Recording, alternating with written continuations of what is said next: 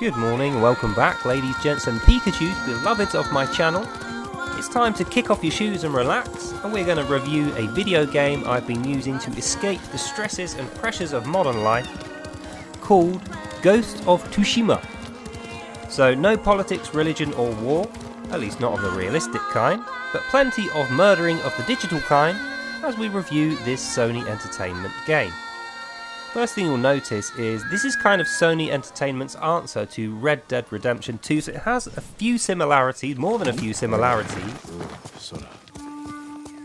You will find this game has absolutely beautiful graphics and is set in a very immersive open world off the coast of Japan, the fictional island of Tsushima, having been invaded by the Mongols of China, and it is up to you to rebuild the army and take it back from the invading hordes and return peace to the people.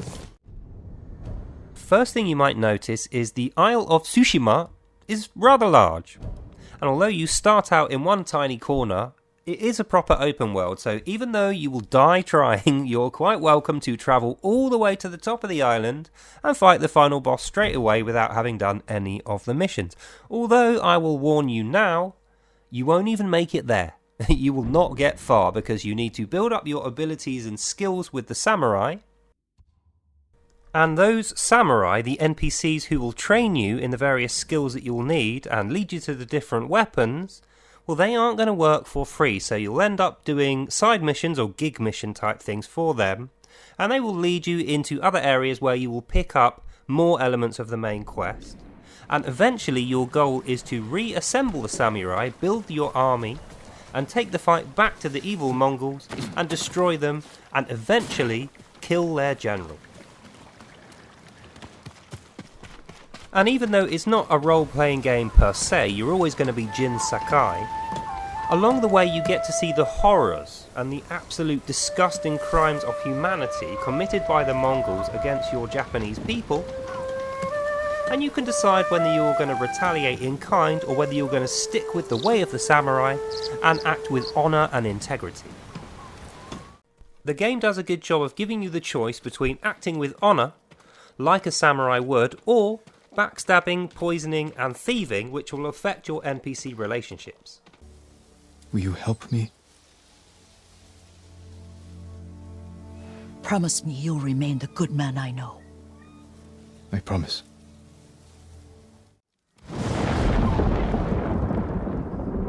The game's narrative serves as a commentary on the morality and the ethics of war and killing. Who will fight? Let's have a little look at the combat.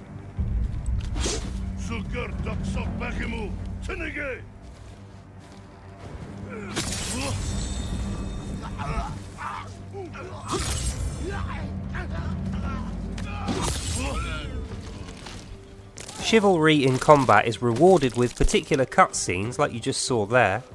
However, you don't have to attack people like that. You can sneak up behind, apply the backstab, or you can just hack and slash. Although, like I said, this will have an effect on the way characters treat you and your overall character's development.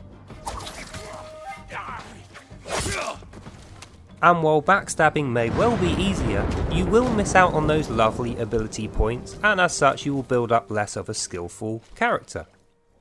After defeating your foes, you can spend those ability points in the in-game menus, on samurai skills, stances, which is like different ways to attack different enemies, or ghost skills, which is things like backstabbing, hiding, and finding loot for the thieving. Now this, in my opinion, is where this game comes into its own. There isn't any other game that I can think of which gives you this level of depth in character development when it comes to choosing your skill set, your move patterns, and the ways in which you're going to approach the combat.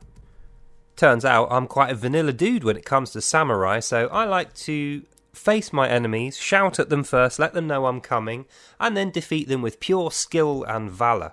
Finally, in addition to samurai skills, you can craft weapons or you can just buy them. Some of these may be new to you.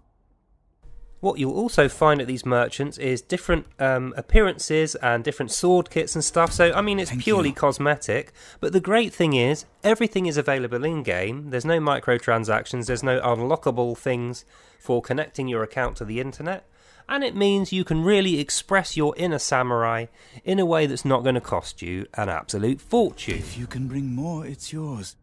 You have my thanks. As your legend grows, you will meet other samurai who you can attract to your cause. You killed Hina! My brother! They died because of you! You should have died with your family! I wish I had! Like you, they will also struggle with the morality of murder and killing. You killed Sado.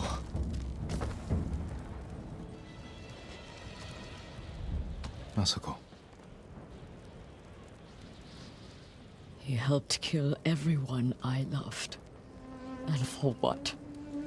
To satisfy his pathetic hatred? Just be careful, Masako. You too. You are a part of this now. We'll find the other traitors on that list. But first, we must save my uncle. I'll be at Kaneda Farmstead when you need me. The game's story is thick with intrigue and deceit, and not everyone is as valorous and honest as they would at first appear, and it is up to you as the main protagonist to unpick the mysteries and figure out who is friend or foe before you reach that final battle. Never forgetting that your family's honour and the hopes of Tsushima are at stake. Guards outside. The coward is hiding at the top. Sado! I come for your head! Hey!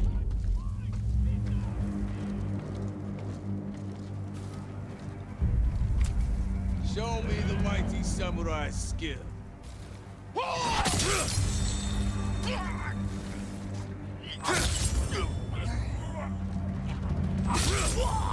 And while you are happily slicing through the enemy horde, never allow yourself to become complacent or overconfident, or you will find nothing but defeat.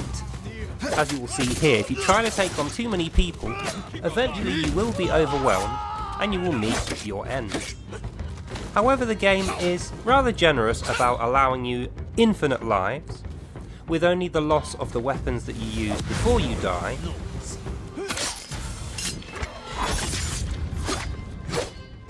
It is in these moments where you will have to make that decision. At him? I don't believe the stories about you.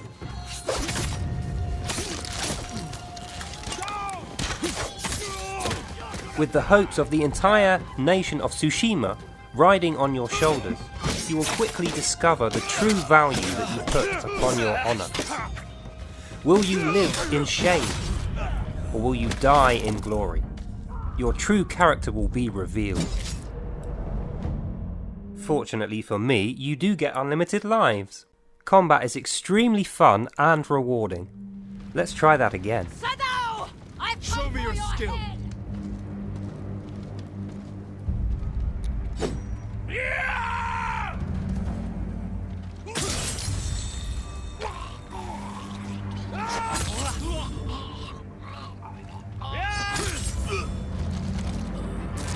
My error last time was allowing myself to be surrounded and using the wrong stances and attacks.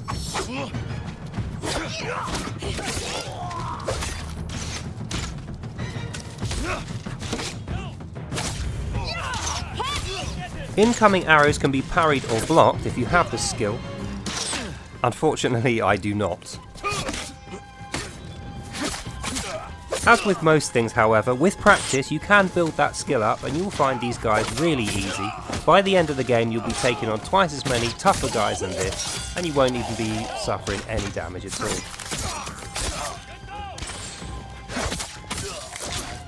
Notice it's giving me the pop-ups, it's trying to encourage me to use the backstab, but I am sticking to my warrior's code. I'm going to go down there and face him like men.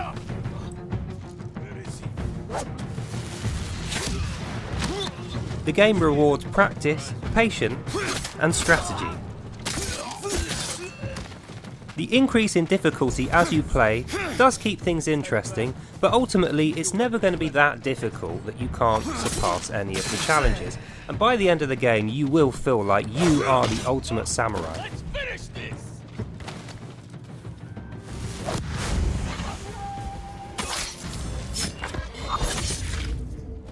As you finish off that last enemy, the music will change, and that lets you know that you're about to enter the cutscene that signals the end of the mission where you get your rewards, and when the battle ends, it's time for reflection. I mourn my father.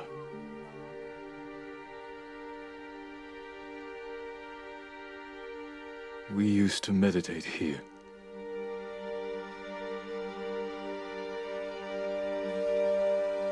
This old tree lives on.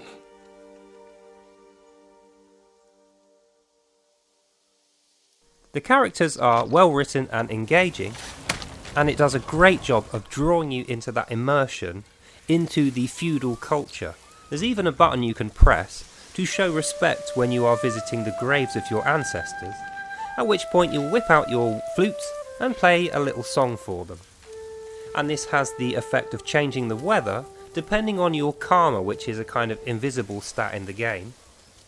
Instead of following a quest marker, your next objective will be shown to you through the winds. Sora, come! It all adds up to a very well designed immersive package. You have dynamic weather effects, a night and a day cycle, as well as a reputation system. Throw your blades!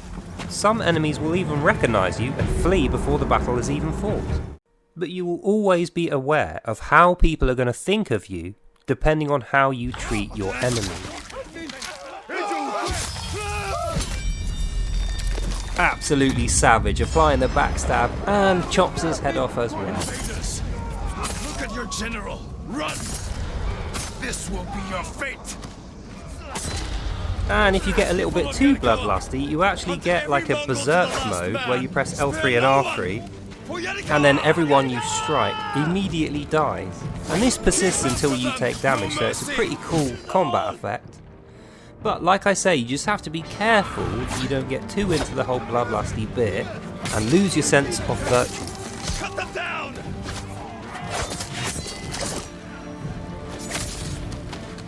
Surrounded by death in a war, where can virtue be found? Everyone to the gate! Push through! The game does a great job of making you think through these concepts. Where does the difference lie between the next mass-murdering maniac and a virtuous warrior surrounded by death? Run, cowards! Will you live in shame or die with honour? That's the question that this game will ask of you, and you will find your answer. Well said, my lord. The proud do not endure. The greatest of us fall in the end. So, for the more thoughtful, discerning gamer, this is going to be far preferable to you to something like Red Dead Redemption 2, where those moral questions are not really taken seriously, whereas in this game, you can well become a mass-murdering maniac, or you can live and die by your code of honour. One thing you cannot avoid, however, is slaughtering random innocent animals, so vegans, don't buy this game, you will not be happy with that. And the reason is you will have to trade these items and often use them in your crafting mechanics in order to get some of the more unique and useful weapons. And remember, it is set in feudal Japan, so back then I don't think veganism was actually a thing. They certainly didn't have a moral quandary over killing livestock and free-roaming predatory animals. And once you've mastered those elements, exploration, looting, crafting different weapons, combat, both backstabby sort of surprise combat and open warfare, then you can start to get to grips with the real meat of this game, which is the characters, the story and the lore. The basic narrative, of course, is one of warfare between two opposed nations, one which is driven by a strict code of honour, and the other one which recognises the flaws in the human character, which makes following this code of honour, especially in hard times, extremely taxing and almost an impossibility. We should return to Omi. I'll stay a while. I know better than to argue. Good. You learned something today. The portrayal of Japanese feudal culture, I think, is actually really good, and it includes a lot of elements of humour, and even some minimal nudity. Though I'm pleased to say it is done respectfully, and it is not cringy, as you might expect. Stop thinking, Jin. For one moment, just stop thinking. For those brave enough to face these concepts and learn the lessons, there is a certain educational element to this, as well as the obvious enjoyment of the game. And I think the reason is, having this juxtaposition between mindless violence and stoicism and virtue in defence of your countrymen, it really makes you think, would I be capable of these things? Or would I fall away in cowardice and dishonour? It makes plain the fearful and truthful fact. Hardship and suffering, particularly experiencing death, can reveal either the greatness of a person's spirit or the depths of their sickness. And when you look inside that box, you may not always like what you will find. Jin, help me. May your death benefit all beings. But the story of Jin Sakai is not one of fear and death, but one of virtue and life and hope. And that's why this is such a great game to play. Aside from the many moral questions that it asks, it will keep you invested in the story through the portrayal of these characters and the excitement of the combat. And perhaps you will discover your own true nature.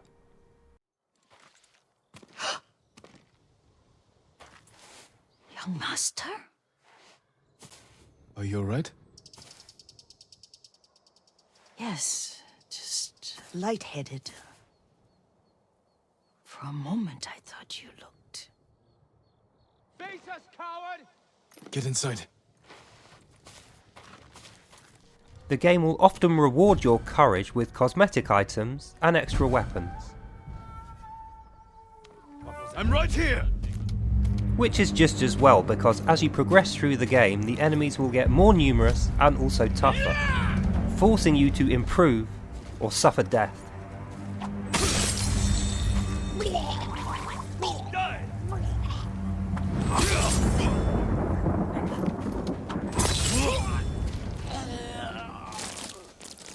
Yuriko! And for the level of gore and violence in the game, it really is very tastefully done.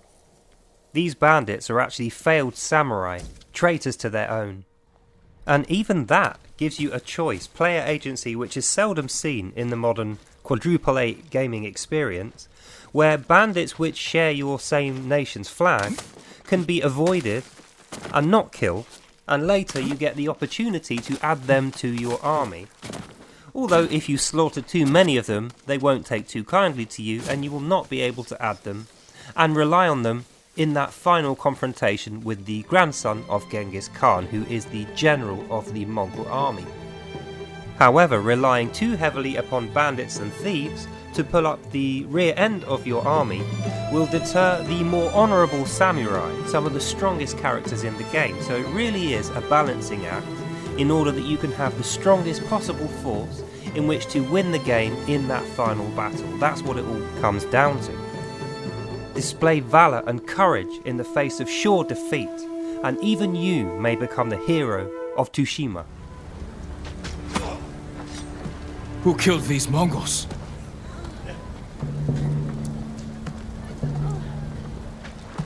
Who stood against the siege? Who saved Yarikawa? We did!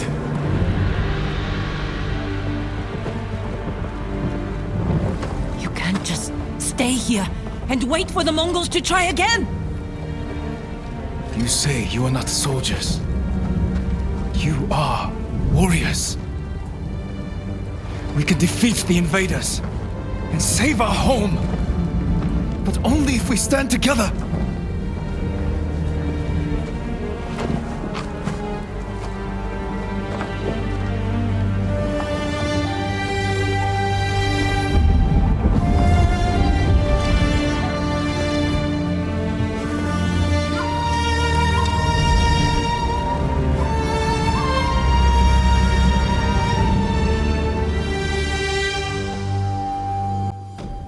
The game splits into 3 acts.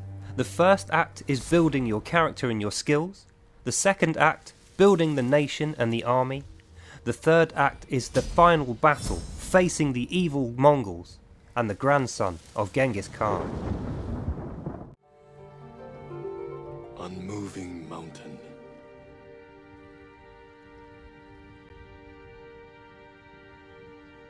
But the works of men are frail.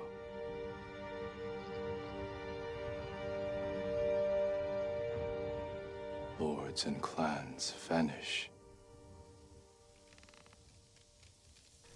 Despite the gore and violence, there is a definite, although subtle, undertone of spiritual enlightenment and maturity presented in this game, and I really do feel like the more mature gamers will appreciate the level of attention to detail given to these concepts.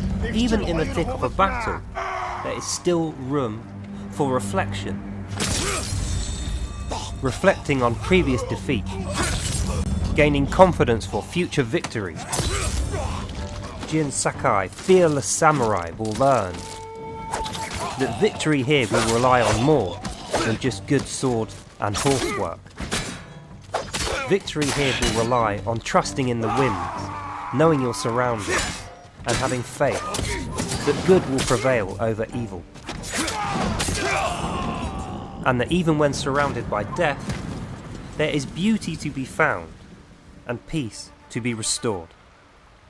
And just as the famous ancient Japanese proverb says, even the strongest men will eventually fall, but the legacy of a hero lives forever. Now tell me what you see. Yuriko?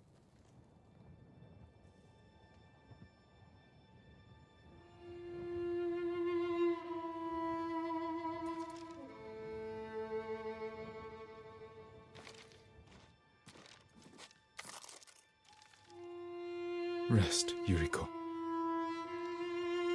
The strength we need is all around us.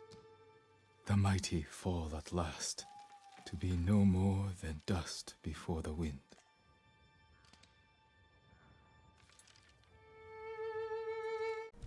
In conclusion, Ghost of Tsushima is one of my favourite ever games, and that says a lot since I have so many of them in my collection. It's a blending of brilliant graphics and sound, amazing, immersive, atmospheric design, a large, interesting open world, great combat, and a really gripping, interesting story with a virtuous, hopeful message behind it. And I think anyone who gives this a shot is going to love this game.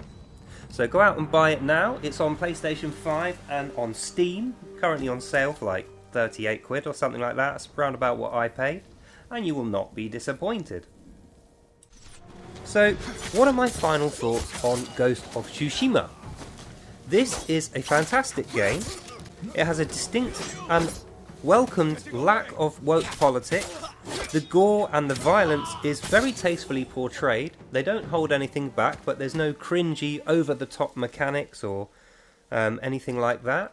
So if you enjoy good graphics and sound, a kind of pseudo-accurate historical portrayal of Japanese samurai culture, and an immersive, character-driven open world, then this game's going to be right up your alley, and I think you will really, really enjoy it. So anyway, that's all for now. That's the end of this video. Hope you enjoyed that and you learnt something. If you like this game, I'd highly recommend you go and buy it. Until then, have a lovely day, God bless you all, and I'll see you lovely people in the next one. Sayonara, Lord Sakai.